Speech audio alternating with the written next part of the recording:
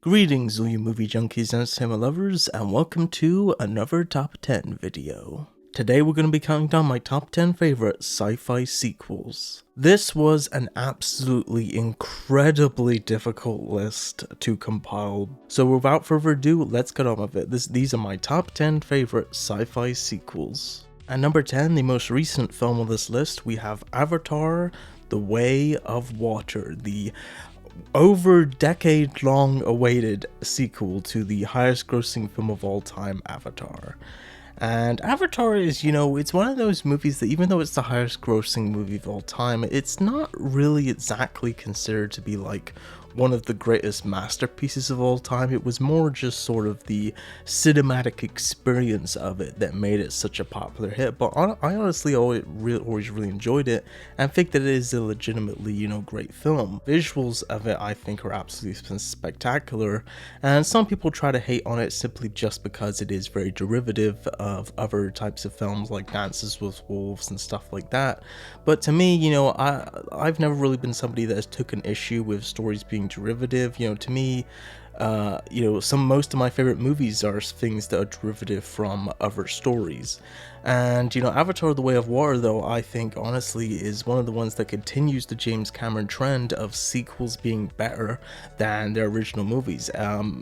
James Cameron has, all of James Cameron's sequels have been better than the original, except from, I think, his original, the very first film that he ever directed, which was Piranha 2, which I've never seen, but I know that even he has sort of disowned that movie. But with the exception of Piranha 2, every other sequel that James Cameron has done, I would say is probably, arguably better than the original. And Avatar: The Way of Water, in my opinion, continues that trend. I think everything about this movie is better than the first film. I think the visuals are better. I think the story is better. I think the characters are more fleshed out. I just think it's a fantastic cinematic experience and just shows how much of a wonderfully visual storyteller that James Cameron is. Number 10, that's Avatar: The Way of Water. At number 9, this is a film that I'm not going to talk too much about because it has been on, I think, at least 2 of my other lists. We have The Lost World: Jurassic Park. It's one of those sci-fi stories where it feels so sort of tangible and so sort of grounded in reality in a weird way that it feels like it's something that could actually, happen. But for me, a lot of those kinds of stories are some of my favorite sort of sci-fi types of stories, even though they're not traditionally what we think of when we think of science fiction. But again, I've already talked about this movie a lot, and I probably will continue to talk about it more in the future. I think it's, one of the most underrated sequels of all time. I think it's one of Steven Spielberg's most underrated films. Overall, I just think it's a fantastic sequel that might not be quite as good as the original Jurassic Park, but as far as sequels go, I think it's pretty much just as good as you can expect or want. I was putting this list together, I absolutely knew that this was going to have to be on it, so that's The Lost World: Jurassic Park at number 9. At number 8, we've got to have some Star Trek on this list, right? So we have Star Trek II: The Wrath of Khan. A lot of people, this was sort of the film that made them fans of Star Trek, and it's definitely, one of, my favorites. And one of the things that makes it so great to me is, of course, the villain Khan. It's when I personally think of all-time great movie villains, Khan is definitely one of the ones that I think of. It's just absolutely fantastic and just an awesome science fiction film. So that's Star Trek II: The Wrath of Khan at number 8. And then at number 7, we have Star Trek First Contact. Yes, so for me personally, I wasn't somebody who really grew up loving Star Trek. I didn't really watch Star Trek until sort of more recent years. And the thing that really kind of made me a fan of Star Trek was when I really got to Star Trek: The Next Generation. For me, I mean, I kind of, I enjoyed the original series, and I love the original crew and a lot of the original crew movies. But for me, what really kind of made me understand Star Trek, it really kind of made me latch on to Star Trek and kind of got it, was when I started watching Star Trek: The Next Generation. And the Star Trek Next Generation movies, I would say, are not overall aren't as great as the original Crew movies, and I personally would say that the original Crew movies are overall a lot better than the original Star Trek series, but that's just sort of my opinion. But First Contact, to me, again, I just decided to choose over Wrath of Khan simply because I am just more of a Next Generation person. But on top of that, I also just think that the Borg as an entity and as a threat is just absolutely fantastic in this. And this in a lot of ways, particularly for the Next Generation crew, was kind of like the sort of climax of all the different Borg stories that we got in the series. It had to be on the list. So that's Star Trek First Contact at number 7. At number 6, of course, if we have Star Trek, we gotta have some Star Wars. So at number 6, we have The Empire Strikes Back. The original trilogy is probably one of the greatest trilogies of all time.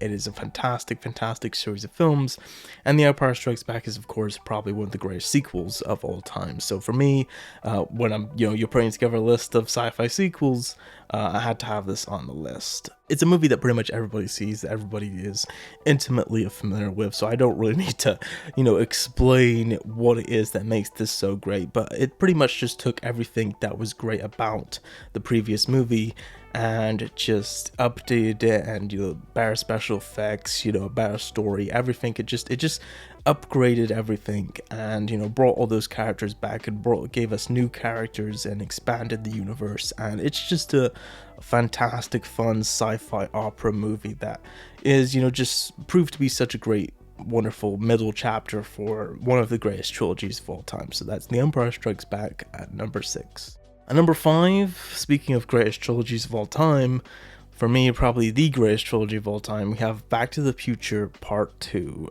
I grew up absolutely loving the Back to the Future movies. I've watched them all a dozen times, and, growing up, I would go back and forth quite a bit on, which one was my favorite of the three. And for a long time, 2 was my favorite, and I think this is just, the prime example of how to do a sequel right. All the different timelines are managed so incredibly well. One of my all-time favorites, a fantastic movie. So that's Back to the Future Part 2 at number 5. Then at number 4, you might be just kind of spotting a pattern here that I decided to go with that I would be happy with. We have Return of the Jedi. I know for a lot of people, Empire is, their all-time favorite, but for me personally, I'm just more of a Return of the Jedi person. This film, was the one that I grew up watching, the most when I was a kid, and to me, it just, everything again that the previous movies did that made the previous movies great is in this film. So as great as the duel between Luke and Vader is in Empire, for me the one in this is honestly 10 times better. And bringing in the Emperor in here, all of the great fantastic special effects. I mean, if you really watch all 3 of the original films, you can just see the evolution of the special effects. And to me, a lot of the effects and miniature effects and stuff that are in this movie, especially if you watch the despecialized edition, you can just see just how far ahead of its time it was, and it even looks better than some space opera sci-fi battles are even today. And to me, it's easily the best film of the franchise. It's one of the greatest sci-fi movies of all time. To me, it's one of the best just movies of all time, and just proved to be a absolutely wonderful ending to this fabulous trilogy, and is easily the best film in the Star Wars universe that we've ever had. And yeah, it's just an all-time classic. So that's Return of the Jedi at number 4. And then at number 3, this one I think is going to surprise a lot of people, but to me, it's just, I absolutely love this movie. We have Back to the Future Part 3. So not only is Return of the Jedi my favorite Star Wars film, but Back to the Future Part 3 is personally my favorite of the Back to the Future films. I think for me, just the way that, particularly in this film, that they bring the story together full circle, and the way that it just complements the other 2 movies so much and brings everything together, is what really is just impressive to me, and what I love. And the way that the story just wraps up, I think it's just fantastic. And plus, I'm also just, a big, Western fan. I think for a lot of people, depending on how big a fan of you are of westerns is going to depend on how much you love this movie and whether or not you prefer it over the other two films. So for me, as a big fan of westerns, I absolutely loved the setting of this movie, and for the most part it feels more like a western a lot of the time than it does sort of, you know, a time travel sci-fi movie. But the finale and everything is great, the humor is great, again the way that it connects to all the other movies is great. It's just great.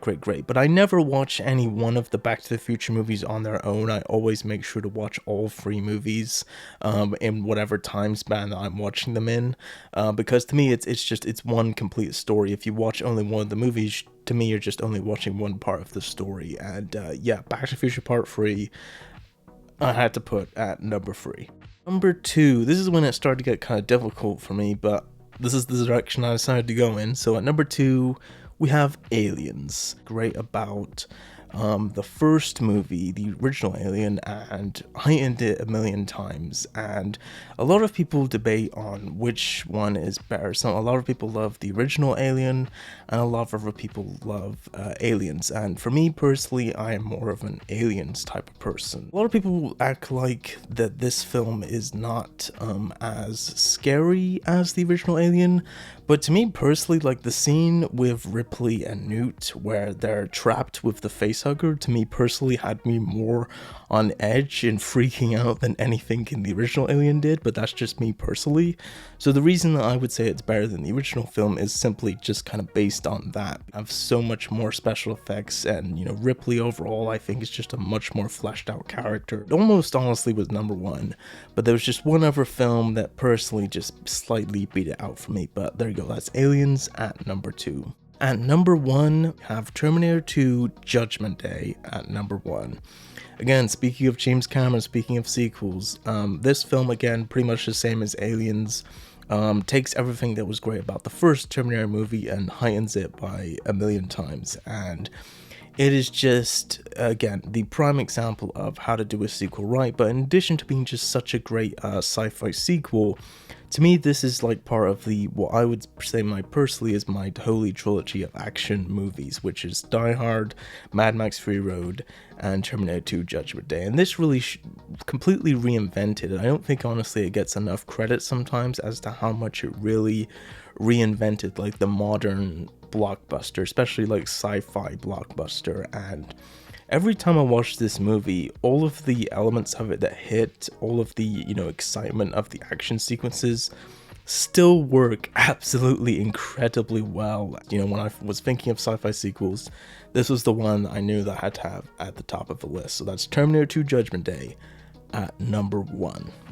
Alright guys, that was my top 10 favorite sci-fi sequels. Feel free to jump in the comments down below and let me know what your top 10 favorite sci-fi sequels are. Thanks for watching, be sure to subscribe for more videos, and until next time, be sure to consume as much entertainment as humanly possible, and I will see you in the next video.